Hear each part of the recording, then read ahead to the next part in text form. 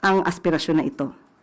Sana po sa mga leader, ang tunay na leader at tunay na Pilipino ay dapat sumusuporta sa kapwa Pilipino, lalong-lalo na sa pinuno ng bansa. Huwag sanang pairalin ang crab mentality at huwag maging anay sa lipunan.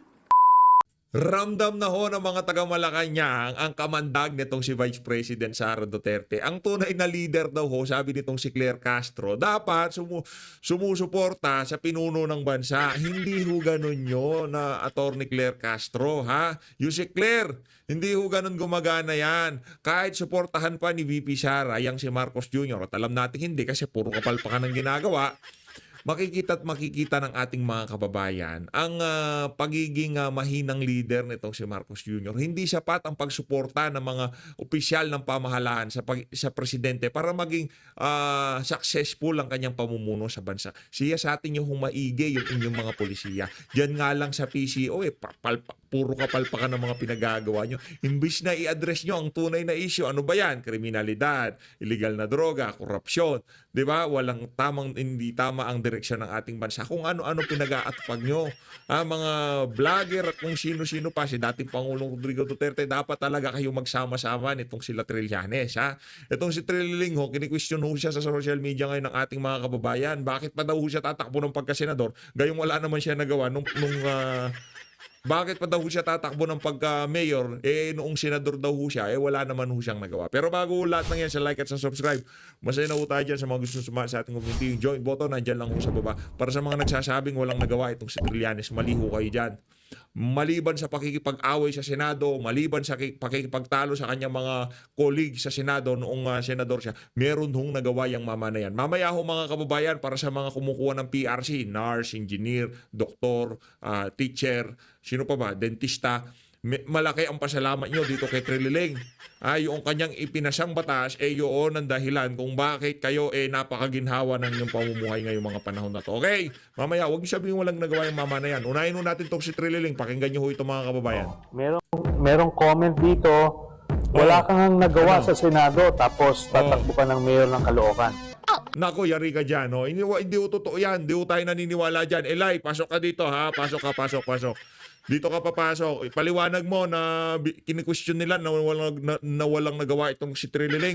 Para sa mga manggagawa, para sa mga teacher, para sa mga doktor, para sa mga engineer, para sa mga nurse, para sa mga kababayan natin kumukuha ng PRC license. Meron kayong ipapasalamat dito kay Trilling. Pakinggan natin itong si Eli San Mga boss, Fernando. alam nyo ba na may isang malaking scam na dumadali sa milyon-milyong mga teacher, nurse, at iba pang mga profesional? At ang utak sa scam na to ay walang iba kundi si dating Senador Antonio Trillanes. Ang scam meron naman palang nagawa. Kayo na naman. tinutukoy ko dito mga boss ay yung Continuing Professional Development Law of 2016. Ngayon ipapaliwanag ko kung bakit ito naging isang scam. Noong 2016, naisabatas yung Republic Act 10912 o mas kilala natin sa Continuing Professional Development Law. Ngayon sa unang tingin, okay naman yung objective ng batas na to. Gusto ng batas na to na gawing internationally competitive yung mga teacher, nurse, engineer, architect at iba pang mga licensed professionals dito sa bansa natin. Sino ba nga ayaw na maging internationally competitive yung mga licensed professionals natin? Gusto natin lahat yun. Ngayon, para daw mangyari yun, sabi ng batas na to, kailangan daw umattend ng mga licensed professionals natin ng iba't ibang mga training gaya ng forum, seminar at iba pang activities na mag-i-improve ng kanilang skills, talents at iba pang mga qualifications. Ngayon mga boss, para matiyak na natutupad tong batas na to, nakasulat sa Article 3, Section 10 na mandatory sa lahat ng licensed professionals ang CPD bago sila makapag-renew ng lisensya. Ngayon, may required number of CPD units ang bawat propesyon na dapat makuha bago sila makapag-renew ng kanilang PRC license. Dito na papasok yung scam part mga boss. Makakakuha ka lang ng CPD units mula sa mga CPD accredited institutions na nagpo-provide ng forum, seminar at iba pang mga activities. At hindi libre yan mga boss. Bawat seminar, bawat forum at bawat activity, libo-libo ang kailangan na gastusin ng mga PRC licensed professionals para lang makakuha ng kakaunting CPD units. Puta, magkano ba yung sahod ng mga teacher at nurse at iba pang mga licensed professionals? Hoy, ikaw naman Ilay, huwag mo naman ganyan ni Trillanes. Pinag-isipan niya yun, di ba? Kayo naman, oo. Nag-aral na kayo ng 10 taon. Nag-review kayo ng 2 taon, 1 taon. Pinasa nyo ang board exam nyo. Ngayon, yung inyong PRC, pag i-renew yan, kailangan nyo pang, di ba? Meron pa kayong kailangang paghihirap na pagdaanan bago nyo ma-renew ang inyong PRC license. Pambihira talaga tong si Trililing, no? Kung saan, ibang klase o ibang level ng ano niya, ibang level yung out of this world, yung mga ideyang pumapasok sa utak niya. Kaya kayo mga taga-Caloocan, mag-ingat kayo dyan kay Trililing. Meron namang nagagawa yan, kaso puro kaperwisyuhan lang. Di ba? Dapat talaga mag-ano na itong si Trililing, ha? Dapat talaga dito kay Antonio Trillanes magpahinga na siya sa politika eh. Wala na, wasak ka na Brad. Kahit kahit nga baka inominate nga lang na barangay tanod, di ka papasa eh. Hindi naman din yan sagot ng mga kumpanya at pinapasukan ng mga licensed professionals. Kanya-kanyang gastos yan at kanya-kanyang gawa ng paraan para lang maka-attend dyan sa mga forum na yan. At karamihan dyan sa mga forum at activities na yan ay walang kwenta. Kadalasan sa mga activities niyan, isang buong araw na forum na wala namang dagdag sa skills and talents ng mga licensed professionals. O nasaan na yung pangako ng batas na yan? Bakit hindi pa rin internationally competitive yung mga licensed professionals natin? Bakit marami nag-a-abroad? At saka kahit na gano'n ang nangyari dyan sa polisiya na yan ito si Trililing, pagka, halimbawa, mag-a-apply ka ng trabaho sa abroad, na kung saan profession mo doktor, nurse, inhinyero o kung ano pa man. Bago ka makapag-practice sa bansa nila, mag-aaral ka pa rin naman eh. Wala namang silbi ang ginawa na yan itong si Trillanes, pero at least meron siya nagawa. Na kung saan napahirapan yung ating mga licensed professional kung tawagin. No? Wala saan ka na ngayon, Trillanes? Bakit pagdating sa bagay na to, tanggal yung angas mo, tanggal yung yabang mo? Bakit tayo mong pag-usapan tong sekreto mo? Na ikaw ang gumawa ng batas na nagpapahirap sa mga PRC licensed professionals. Tapang ka lang pala pag hindi teacher, nurse, architect, engineer at ibang licensed professionals yung kaharap mo. Tatakbo ka pala na mayor ng Caloocan sa 2025. Hindi pagiging mayor ang bagay sa'yo, Trillanes. Dapat sa'yo maging tanod. Mga taga-Caloocan. Ikaw naman Ilan, taas naman ng ano mo, ng standard mo. Tanod. Kahit tanod, hindi pwede yan si Trililing. Pagkaya, naging tanod siya, baka siya ay pabarangay ko. Naknanto ko ang magbabantay sa inyo, si Trillanes. Alam nyo ba ang nangyari sa Scarborough Shoal nung anak na to? Di pwede yun. Bantayan nyo yung mga purok nyo, bantayan nyo yung mga ano nyo, yung mga lugar-lugar nyo sa barangay nyo pagka ginawa nyo tanod nyo si Trililing. Iboto nyo yan si Trillanes bilang susunod na tanod dyan sa city nyo. Nang makapagbayad yung gagong yan sa kasalanan niya sa lahat ng guro, nurse at mga licensed professionals dito sa bansa natin. Antonio Trillanes for tanod ng Caloocan. Mga boss, taas ng standard nitong si Ilay. Eto, dito tayo kay ano. Kaya Yorme Isko Moreno ho tayo. Yorme Isko, kaya Yorme ho tayo. Pakinggan ho natin tong pag-i-endorso niya sa isa sa ating mga kandidato. Matindi ho itong mga kababayan. Itong si Attorney Jimmy Bondoc. Ito, pakinggan ho natin to. Pagka nanalo si Attorney Jimmy Bondoc, pagka naging senador siya, 100%.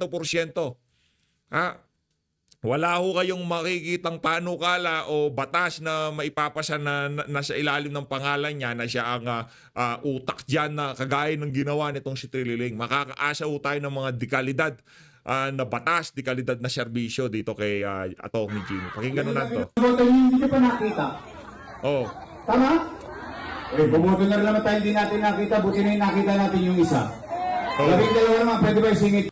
Para sa mga para sa mga mga kababayan natin, mga kasama natin dito, magpakita tayo kay Yorme.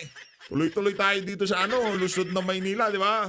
Okay, Senator Bato, Senator Bongo, Senator Lambino, Senator Atty. Vic Rodriguez. Pakita tayo kay Yorme. Pwede? Pwede. Sigurado kayo? Promise ha? At least pinaga tayo rito. Kahit na maliit ang pwesto natin, pinuntahan tayo. Senator Jimmy Bondoc!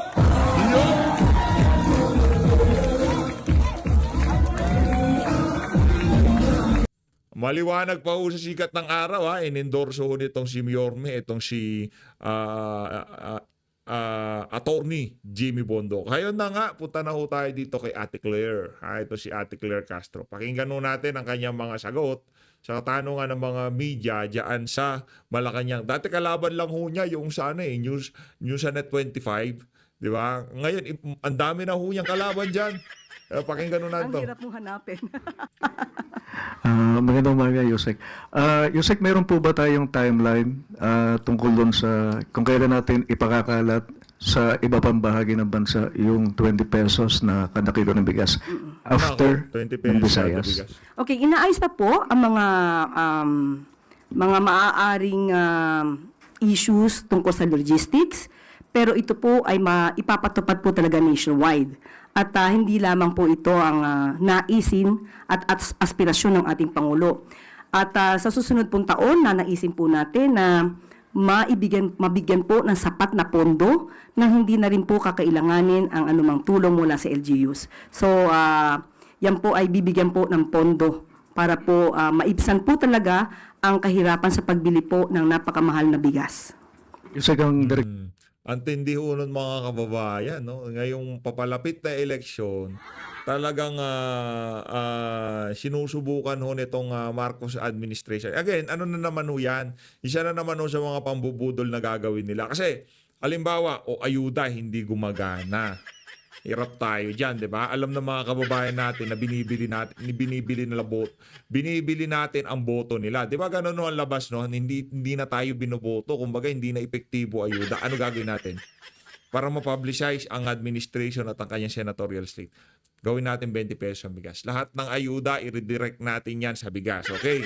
Bili tayo maraming bigas, ibenta yan ng 20 pesos kada kilo. Kaso, ang problema ho dito mga kababayan, yaang 20 pesos na bigas, temporary.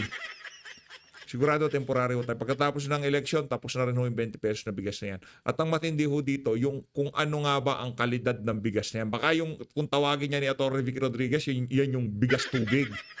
Yung tipong pagkalinuto mo, hindi dapat sinusubo yan, hinihigop. Kasi pagkain na ng hayop, di na pagkain ng tao. Patay lang ho kayo mga kababayan. Kasi ang pinakamababa ngayong nakita natin, nasa 42 42, 45, ganun ho yung pinakamababang bigas.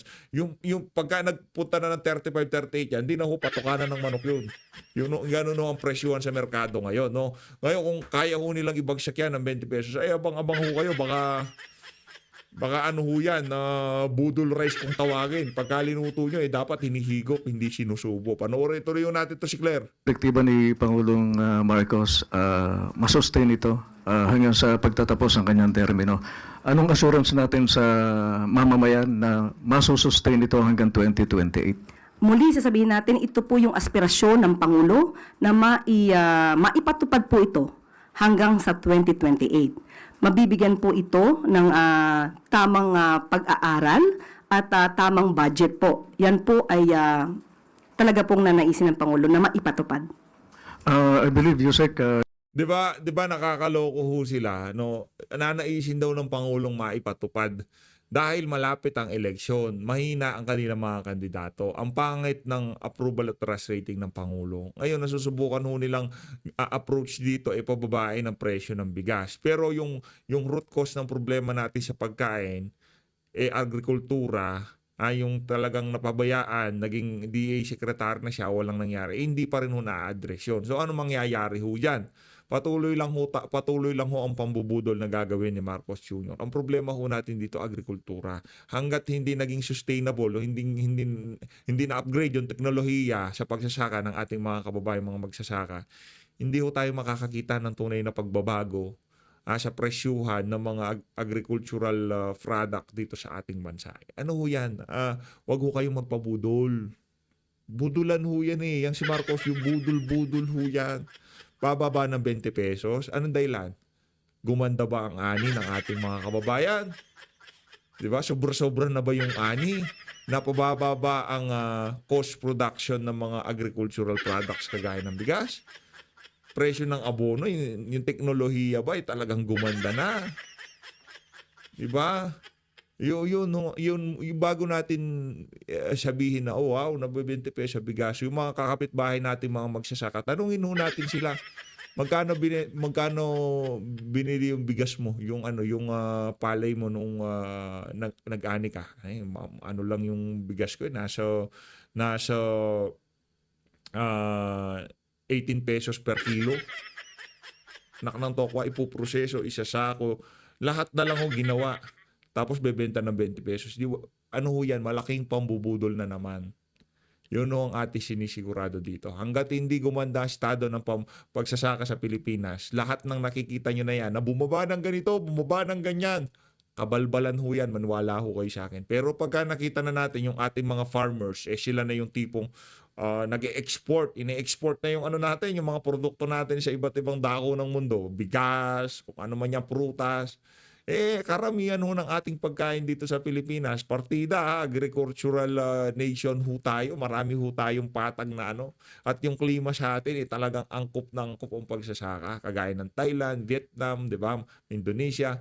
Yan ho talagang pinakamaganda magpatubo ng mga halaman. Tayo pa ho nag-i-import sa ating mga karatig bansa ng bigas. Kaya yung ginagawa na ng Malacanang, huwag ko kayong maniwala. Budol na naman ho yan. Hindi lang ito dapat effort ng national government eh. Pati LGU, sabi kahapon ni Secretary Francis Teo Laurel, Naku. kinakailangan may effort din ng LGU.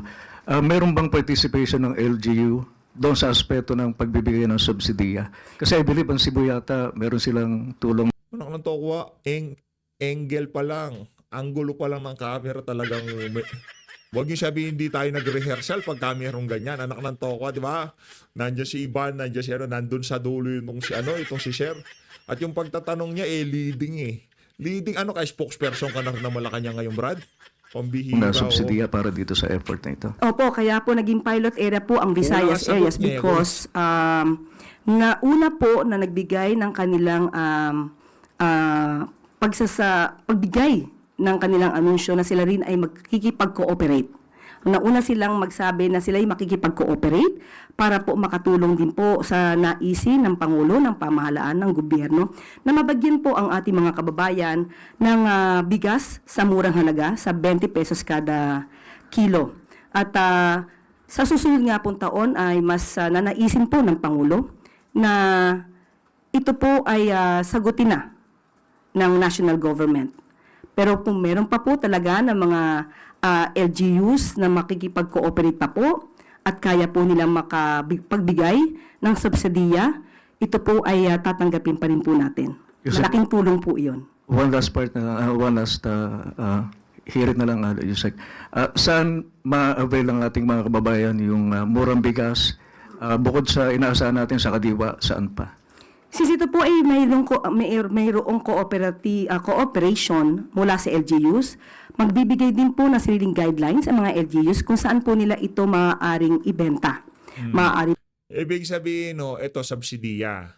Kaya mura, merong bahagi ang gobyerno na pinambili doon para maibagsak. Pero hindi ho siya yung natural na presyo sa merkado. Hindi ho ganun yan. Kumbaga sa Kadiwa store, magtatayo si Mayor dito ng booth na kung saan nakalagay yung lahat ng pagmumukha ng taga-alyansa at doon nila ibibenta yung mga bigas na yan. Okay, malinaw ho yun Po sa kanilang palengke, sa mga authorized outlets ng LGUs, maaaring sa kanilang mga empleyado.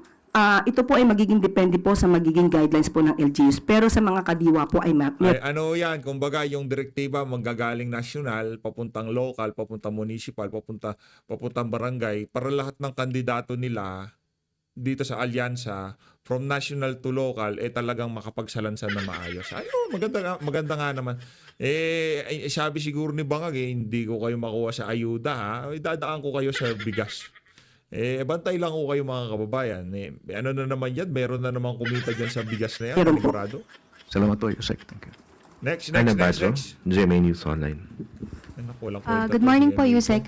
Ma'am, in relation doon sa 20 Sino ba to? pesos na bigas, may we just get your sabi ko reaction na on the statement made by VP Sara na pwede this to, move pwede.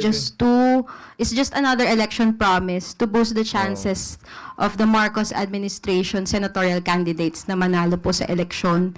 Binubudol lang daw po natin yung taong bayan.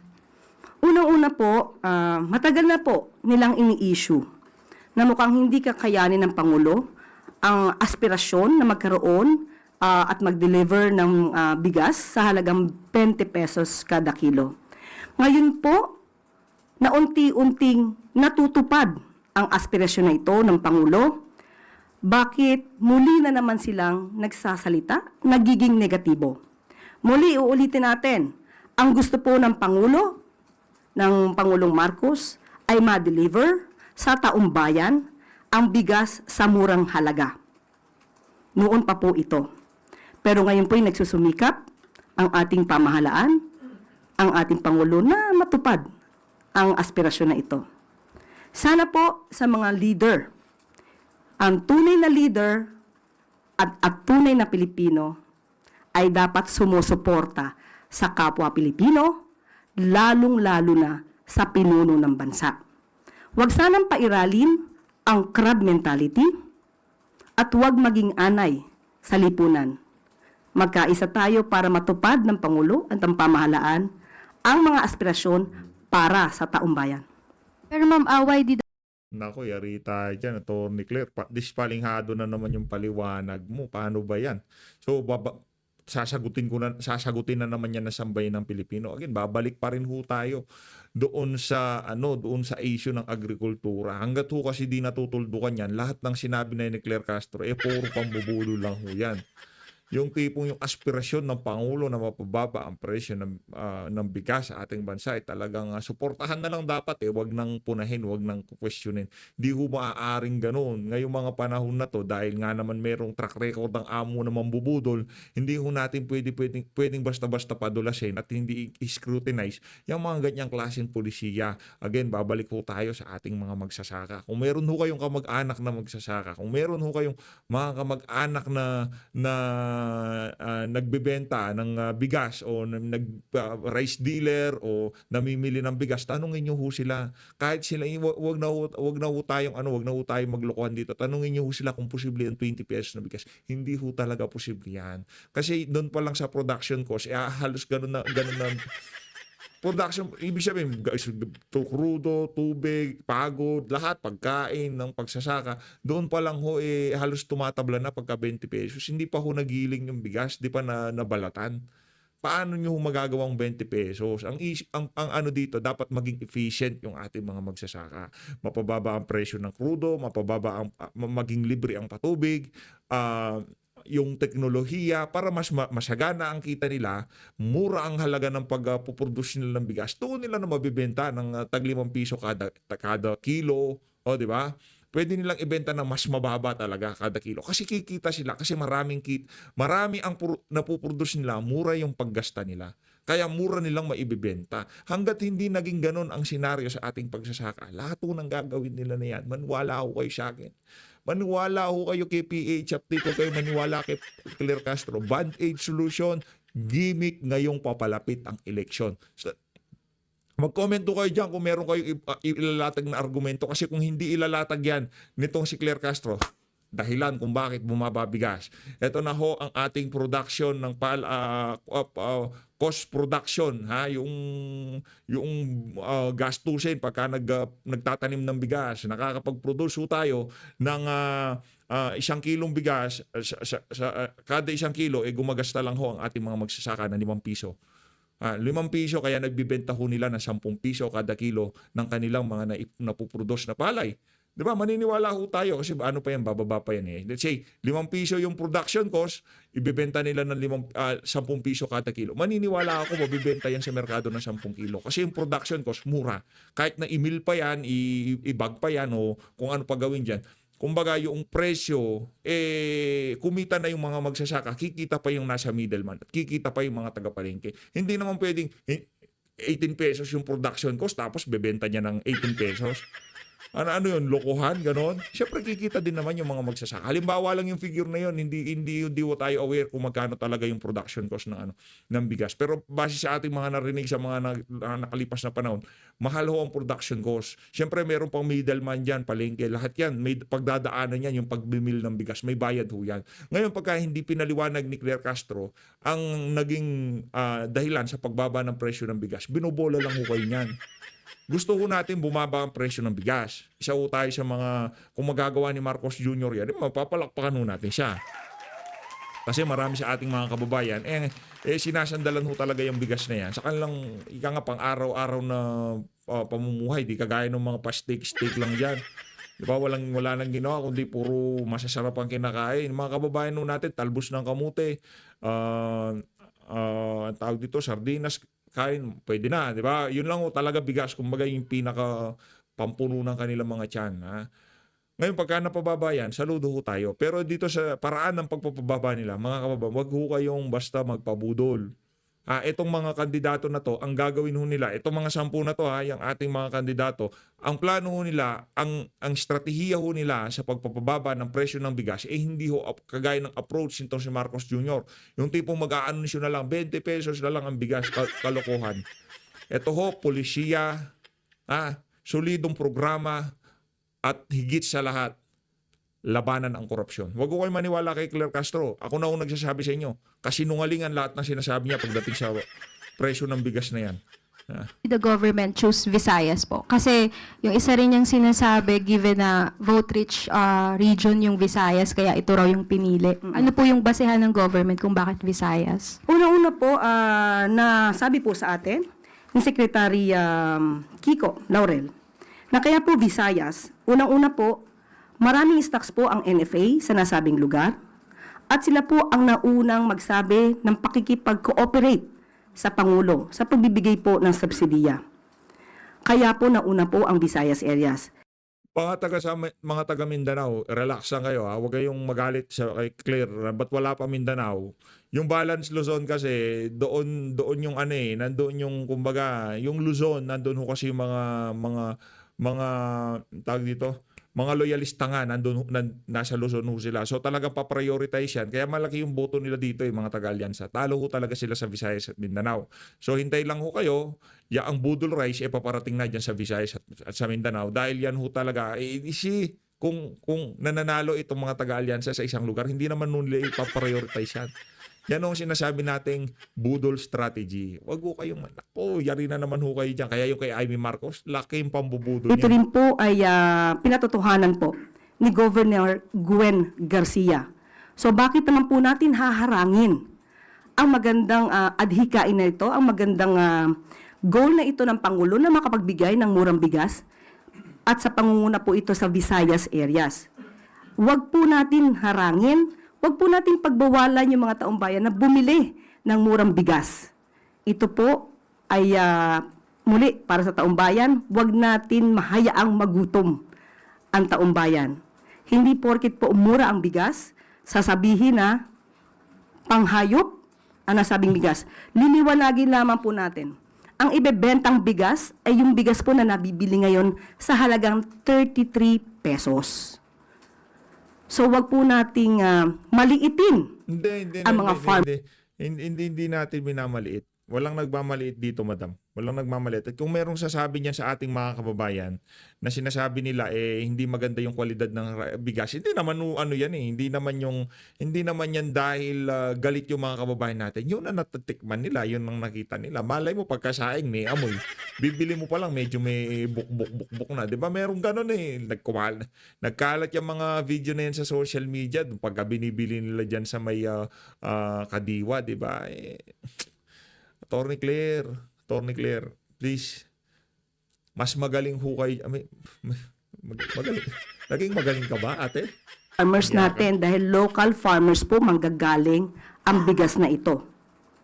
Kapag po sinabi, ninuman, na ito ay panghayop na bigas, minamaliit po natin ang mga farmers natin Hindi totoo. In the first place, galing yang NFA. Pagdating sa NFA, hindi mo na madidistinguish yan yung galing sa farmer, galing sa importation, galing dito. Hindi na. Maghahalo-halo na.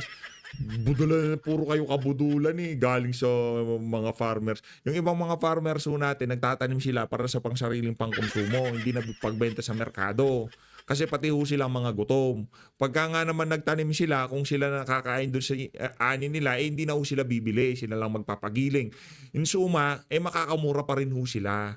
Kaya wag mo sabihin na pagka sinabi ng ating mga kababayan na panghayop yung binibentang 20 pesos na bigas, anak ng toko, wag mo Claire Castro naman, wag nyo naman yung tipong gawin nyo naman mga bobo mga Pilipino. Oo, nakapambudol yung amo mo noong 2022, pero dito sa isa na to, wag nyo naman ho kaming anuhin. Yung tipong, dapat na lang ba kung ano na lang sabihin ng Malacanang, tatanggapin na lang namin ng ganun-ganun na lamang. Hindi naman ho pwede yun. Hindi ho pwede yung ganun. Ayusin ho natin yung ating mga desisyon sa buhay, Atty. Claire, ha? Bebenta po Maganda. sa NFA, sa ating gobyerno. So, wag po nating hayaan dahil ang bigas po na ito ay talagang nabibili na po. Marami na pong bumili ng bigas na ito sa halagang 33 pesos. Same po, parehong bigas po ang ibebenta. At ang sabi nga po natin dito, kung sinasabi po niya na wag magpabudol, tama po na wag magpabudol dahil maaaring magamit na naman ito at masabotahin ng mga fake news peddlers, magpanggap na buyers at ipapakitang hindi maganda ang bigas. Tandaan natin, ito pong bigas na ibebenta sa halagang 20 pesos ay yung parehong bigas na ibinebenta sa halagang 33 pesos. Ma'am, Anak ng toka. Sabagay, yung trabaho mo, tama lang yan. Sige, depensahan mo yung mga kabobohan ng amo mo. Tayo naman dito, di naman tayo mabubudol nitong mga ano na to, nitong mga tao na to. At kung kayo ho, daragdag na lang ng konti. Hindi ko naman sinasabing wag yung bilhin. Unang bibili dyan, mga hoarder, mga ano rin mga na magbebenta sa merkado. Kasi imagine, bibilin nila ng 20 pesos, yun pala yung 30 ang binibenta. Baka sa munisipyo pa lang maubos na yan. Kaya hindi ko tayo nababahala dyan. Baka hindi man mga makaabot sa ating mga kababayan yan. Ano yan, kukomersyohin pa rin ho yan kahit na anong sabihin nyo. Kaya wala ho tayong bilib sa mga ganyang klaseng atake, sa mga problema sa ating bansa. Ano ho yan, kabudulan ho yan. Anong gagawin ng mga taga-merkado talaga nagbebenta kung alam nilang 33 per kilos yan, 'di ba? Sila nang bibili niyan. Bili nila yan ng 20 pesos o yung mga nagbebenta, kunin ko ng 25. O bigyan mo ko ng 100 bag. Lagay mo na dun sa truck ko nasa likod. O. Binili, sino nakabili? Mga nagtitinda sa merkado. Anong guidelines? Guidelines? Malapit ako kay Mayor. Anong guidelines? Ang laki ng ibinigay kong campaign na donation kay Mayor. Hindi mo ko bibigyan kahit ilang ano lang dyan. O, di ba? Anong bala magbenta dyan? 35 niyang ibebenta, 38 yung 20 pesos na bili dyan. Kasi, hindi ko kasi nila solusyonan yung talagang problema. Kung baga, ano klaseng kabalbalan niya? last na lang po on my part. Ma'am, paano po yung budget nito? Sufficient naman po ba Nakakagatang labi nitong si Madam Eden parang meron siyang parang pinagpaplanuhan na niya itong si Claire Castro kung paano papahiya na naman dito para sa ma-sustain? And kasi tinatarget natin na hanggang 2028 na rin po yung implementation. Sa ngayon po ay aabot po at ang nais po ng Pangulo para sa susunod na taon ay mabigyan po ng budget ang programang ito para sa taong bayan. Thank you, ma'am. Okay, anong gagawin natin? Kung yan talaga ang gusto nilang gawing approach dito sa issue natin sa mahal na presyo ng bilihin ng bigas, wala tayong magagawa. Meron tayong kanya-kanyang yung pinag-usapan natin dito na tulungan ng mga magsasaka. Yun talaga yung realistic na atake para magawa yung mga ganyang klaseng proyekto o mga programa sa sambayan ng Pilipino, mapababa ang presyo ng bigas. Long-term effect, ika nga. Long-term ho yan kasi edukasyon yan ng mga magsasaka. At may encourage yung mga susunod na generasyon na magsaka dahil nakikita nila, kumikita yung kanilang mga magulang. At saka mataas yung ika nga, dignidad pagka ikaw ay isang magsasaka. Ngayong mga panahon na to, ano ho ba ang meron ng ating mga magsasaka? Yun ang problema. Hindi natin sinisisi si Marcos Jr., siya lang ang may kasalanan dito sa issue natin sa agrikultura. Hindi ho. Duterte administration, Pinoy administration, Gloria administration, Ramos administration, matagal hong napabayaan ang sektor ng agrikultura sa bansa na to. Kaya matagal din ho ang rehabilitation, matagal ho ang pag-educate, matagal ho ang